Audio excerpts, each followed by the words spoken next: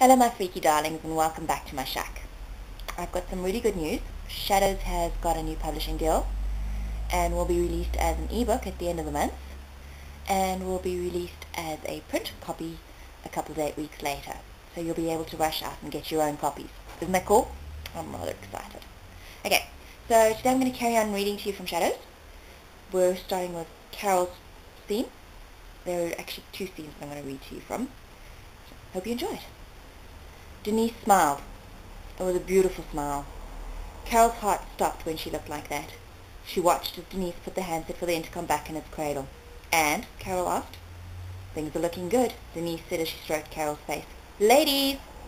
Some guy Denise had picked up a few days earlier called from the bedroom. How much longer are we keeping this idiot? Carol asked. Would you keep your voice down? Denise said. I'm waiting, the idiot shouted. In a minute, Carol shouted back. He goes tonight. Denise kissed her slowly. I promise. Good. Kevin's ready for us, Denise said between kisses. But are you ready? I think so. Carol's voice sounded unsure in her own ears. That's not good enough. I will be. Carol sighed. I promise. Carol sat on the old leather couch. Her new psychiatrist stank of Old Spice. She hated the smell. The thought of ripping his throat out appealed to her, made her smile. Tell me about Dr. Phillips, the new doctor said. What's to tell, she said. He couldn't keep his dick in his pants. And now he's losing his license to practice, he said. I guess he won't be screwing another patient then, will he? She smirked. And how does that make you feel? She hated him when they asked that question. They didn't care how she felt. The only reason they asked was because they didn't know what else to say. His pen scratched on the notepad. The sound irritated her. Are you recording our session? She asked. Is that a problem for you? No. Don't worry about it. I just wondered why you needed to scribble notes. If you're recording it all, would you rather I didn't take any notes? I don't care what you do. What would you like to talk about today? Are you gay? Excuse me? Are you a homosexual? Yes, I am. He blushed. She smiled. Does that bother you? He asked.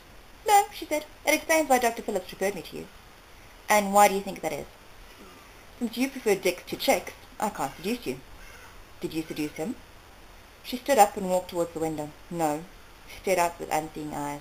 Why are you here, Carol? Because of Dr. Phillips. Why were you seeing Dr. Phillips? You had my file. She looked over her shoulder at him. Doesn't that tell you? There's not a lot in here.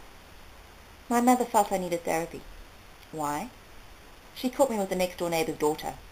How old were you? 16. She carried on staring out of the window.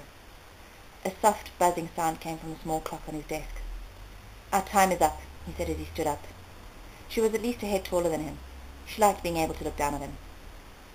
I'll see you sometime next week, he said. I'll try not to kill anybody before then. She enjoyed the look of confusion across his face. She grinned. She was going to enjoy her sessions with Dr. Brink.